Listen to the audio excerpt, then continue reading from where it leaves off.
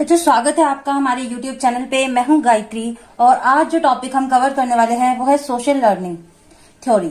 Social learning theory of learning क्या है? ये कहती है कि जो एक एम्प्लॉय है वो क्या करता है, दूसरे एम्प्लॉय को ऑब्जर्व करता है और उससे चीजें क्या करता है, सीखता है और समझता है। अब जो एक एम्प्लॉय है वो हमेशा क्या करेगा, अपने से ऊपर के लोगों को देखेगा, क्योंकि उसको क्या करना है, अपने अंदर ग्रोथ लानी है। अपने साथ वालों से वो चीजें डिस्कस कर सकता है, पर जब वो सीखने की बात आती है तो वो ज्यादातर किसको देखता है, जो उसके ऊपर बॉस है या जो उससे ऊपर एम्प्लॉयज है। अब किसी को उसके सामने किसी चीज के लिए प्रेज करी जा रही है, यानी कि उसकी तारीफ की जा रही है कि आपने बहुत अच्छा काम किया, तो वो क्या करेगा, वो सोचेगा कि मैं भी इस तरीके से ही काम करूं और अपनी इनोवेशन डालूं अपने काम के अंदर। तो social learning theory in organizational behavior suggest that employees learn new skill, attitude, behavior by observing and interacting with others in the workplace. तो वो जब ऑब्जर्व करते हैं अपने आसपास में लोगों को और उनसे इंटरेक्ट करते हैं तो वो क्या करते हैं, कोई ना कोई न्यू स्किल, एटीट्यूड और बिहेवियर सीखते हैं। This theory pioneered by Albert पेनरू, इन्होंने ये थ्योरी दी थी। अब ये एम्फसाइज किस पे करती है, किस पे फोकस करती है, that learning is a cognitive process. ये क्या है, कॉग्निटिव प्रोसेस है। कॉग्निटिव प्रोसेस यानी कि कुछ हमारे मेंटल स्टेट से रिलेटेड है, that occurs with social context and can happen through observation, imitation and modelling. यानी हम जब किसी चीज को ऑब्जर्व करते हैं या फिर किसी चीज की नकल करते हैं और वो चीज हमारे लिए एक मॉडल की तरह वर्क करती है, क्या हमें जिसको देख रहे हैं वो आइडियल बन जाता है हमारे लिए कि हमें भी इस तरीके से चीजों को करना है। ठीक है। Organisation can leverage social learning to foster a collaborating and knowledge sharing environment. अब ऑर्गेनाइजेशन क्या कर सकती है, सोशल लर्निंग को बढ़ा सकती है by collaborating and knowledge sharing environment create करके।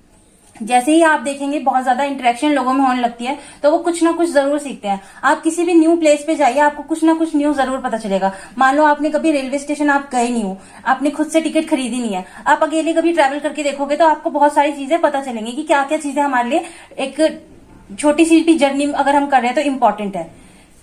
नेक्स्ट है हमारे पास इसके की कॉन्सेप्ट।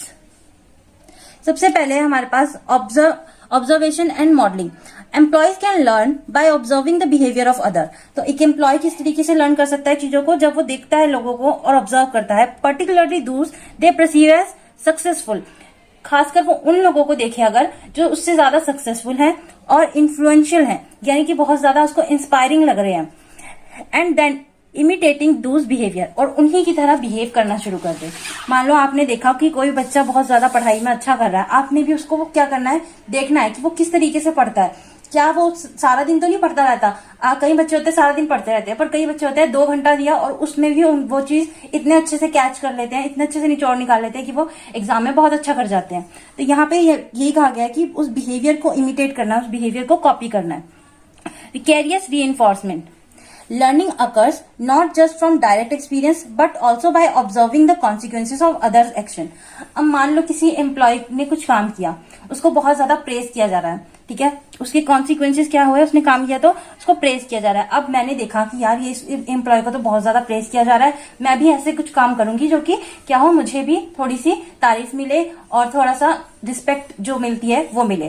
तो यहाँ पे क्या होता है कि जब हम देख के किसी को वो चीज कॉपी करने की कोशिश करते हैं तो वो क्या होता है, विकेरियस रीइंफोर्समेंट।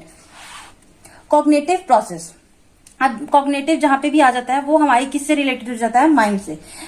तो social learning theory recognise that learning is an internal process. ये क्या है, एक इंटरनल प्रोसेस है where individual interpret and process information. यहाँ पे इंडिविजुअल क्या करता है, अपने एनवायरमेंट में से इंफॉर्मेशन लेता है और उसको प्रोसेस करता है। They observe rather than simply mimicking behaviour. सिर्फ वो ये नहीं करा कि कोई कुछ कर रहा है और उसका फायदा हो रहा है तो मैंने वही वैसे ही कर लिया, वो उसको ऑब्जर्व भी करता है पहले कि उसने क्या कितना किया, और उसके बाद वो क्या करता है, उसको इमिटेट करता है। सिंपली मिमिकिंग यानी किसी को सीधा सीधा कॉपी कर लेना होता है। नेक्स्ट है हमारे पास सेल्फ एफिकेसी। यहाँ क्या है, observing other succeed can boost an individual's believe. अगर आपके साथी बहुत ज्यादा मेहनत कर रहे हैं और उनको उस चीज में सफलता मिल रही है तो वो क्या करता है, आपको भी बूस्ट करता है, आपको भी कहीं ना कहीं पंप करता है कि हम भी मेहनत करें। तो यहाँ पे भी यही है, observing others succeed can boost an individual's believe in their own ability. अपने काबिलियत के ऊपर भी क्या होने लगता है, उसको विश्वास होने लगता है, to learn and perform a task. चीजों को सीखने के लिए और समझने के लिए। नेक्स्ट है हमारे पास सोशल लर्निंग थ्योरी की एप्लीकेशन। तो एप्लीकेशन सबसे पहले तो क्या है कि किस तरीके से ऑर्गेनाइजेशन इसको यूज कर सकती है। फर्स्ट ऑफ ऑल है हमारे पास mentoring programmes. Pairing experienced employees with newer ones allows for knowledge transfer. अगर किसी अनाड़ी को किसी खिलाड़ी के साथ रख दिया जाए तो क्या वो खिलाड़ी नहीं बन जाएगा? तो यहाँ पे एक एक्सपीरियंस को एक फ्रेशर के साथ रखते हैं ताकि यहाँ पे क्या हो सके, उस फ्रेशर की ग्रोथ हो सके और उसको भी क्या किया जा सके, उसकी स्किल्स को डेवलप किया जा सके। Allows for knowledge transfer and skill development through observation and guidance. तो ऑब्जर्वेशन और गाइडेंस के थ्रू उसकी स्किल्स को डेवलप किया जाता है। Communities of practice, creating platform for employees to share knowledge, best practices and collaborate on project, foster a culture of learning from one another। अब जैसे ही लोगों को इकट्ठे लाया जाता है ना, तो वहां पे उनकी क्रिएटिविटी कहीं ना कहीं बढ़ जाती है। आप 10 लोगों को इकट्ठा करोगे ना, 10 लोगों के पास 10 तरीके के आइडिया होंगे सिर्फ एक काम को करने के लिए। कोई कहेगा इस तरीके से नहीं, इस तरीके से, और जब वो 10 लोग बैठेंगे उसके ऊपर बात करने के लिए, वो उस आइडिया को इतना एनहेंस कर देते हैं कि क्या हो जाता है, वो एकदम हम एफिशिएंटली काम को कर पाते हैं विद लेस कॉस्ट। नेक्स्ट है हमारे पास peer to peer learning. Peer to peer learning यानी कि एम्प्लॉयज जब आपस में बातचीत करके एक दूसरे से और एक दूसरे के एक्सपीरियंस से सीखते हैं। Facilitating opportunity for employees to learn from each others experience and expertise. आपस में ही सीख रहे हैं वो, ठीक है। देन है हमारे पास modelling desired behaviour. Leaders and manager can serve as role model by demonstrating desired behaviour. अगर मैं आपको एक चीज कहूं कि आपके बड़े बहन भाई जो हैं वो कुछ कर रहे हैं, अगर वो बहुत ज्यादा फोकस है उस चीज में, तो क्या आप भी उनको देख के अपनी चीज में फोकस नहीं हो जाओगे? जिस तरीके का बिहेवियर वो करेंगे, बड़े लोग करेंगे, वैसे ही बिहेवियर आप भी करते हो। तो यहाँ पे भी यही है, जब लीडर्स और मैनेजर किसी तरीके का पॉजिटिव बिहेवियर दिखाएंगे तो यहाँ पे जो एम्प्लॉयज हैं वो भी उस बिहेवियर और एटीट्यूड को अडॉप्ट करेंगे। नेक्स्ट है हमारे पास training programme. Incorporating social learning technique like role play and stimulation can enhance the effectiveness of training।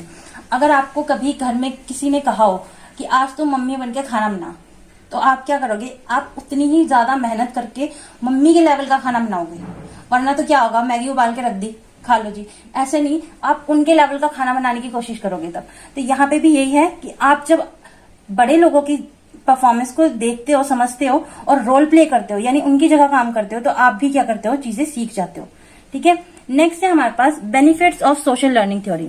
सबसे पहले है increase knowledge sharing, encourage the free flow of information and expertise across the organisation. तो ये क्या help करती है? Free flow कर देती है इन्फॉर्मेशन का, और जिससे क्या होता है, एक्सपीरियंस और एक्सपर्टाइज इंक्रीज हो जाती है। नेक्स्ट है हमारे पास इम्प्रूव्ड स्किल डेवलपमेंट। तो यहाँ पे स्किल डेवलपमेंट हो रही है। Facilitate the acquisition of new skill and knowledge through observation and imitation. देख के, ऑब्जर्व करके और उस चीज को कॉपी करके अपने बिहेवियर में ढाल के क्या हो रही है, यहाँ स्किल की इंप्रूवमेंट हो रही है। नेक्स्ट है enhanced collaboration. Collaboration foster a more collaborative and cooperative work environment. देखो, जहां पे भी कोलैबोरेशन और कोऑपरेशन आ जाती है, वहां पे वर्किंग एनवायरमेंट चेंज हो जाता है और ईजी हो जाता है, ठीक है। एक काम को 10 लोग करें, एक काम को 5 लोग करें, तो 10 लोग इजीली कर पाते हैं क्योंकि काम बट जाता है। Reduce learning curve, allows employee to learn new task and process more quickly by observing other. तो यहाँ पे वो न्यू टास्क और प्रोसेस को क्या कर रहे हैं, क्विकली ऑब्जर्व करके सीख रहे हैं। नेक्स्ट है हमारे पास पॉजिटिव इम्पैक्ट ऑन परफॉर्मेंस।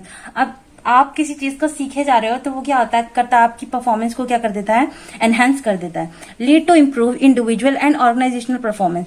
जब इंडिविजुअल की परफॉर्मेंस बढ़ेगी तो ऑर्गेनाइजेशनल परफॉर्मेंस क्या हो जाएगी, इंक्रीज अपने आप हो जाएगी। Promoting effective behaviour and attitude. उनका बिहेवियर और एटीट्यूड भी क्या हो जाएगा, इफेक्टिव हो जाएगा। अब इस सबसे हम क्या कंक्लूड कर सकते हैं? It can be concluded that social learning theory state that employees learn new skill, behavior, attitude by observing and interacting with other in workplace। जब भी वर्कप्लेस में लोग होते हैं उनके आसपास, तो वो क्या करते हैं, उनसे इंटरेक्ट करके, उनको ऑब्जर्व करके new skills, behaviour and attitude develop करते हैं और अपने आप को क्या करते हैं, ग्रोथ, अपने आप को ग्रो करते हैं, अपनी स्किल्स को ग्रो करते हैं। तो ये था टॉपिक सोशल लर्निंग थ्योरी का। आई होप आपको समझ आया हो। Thank you.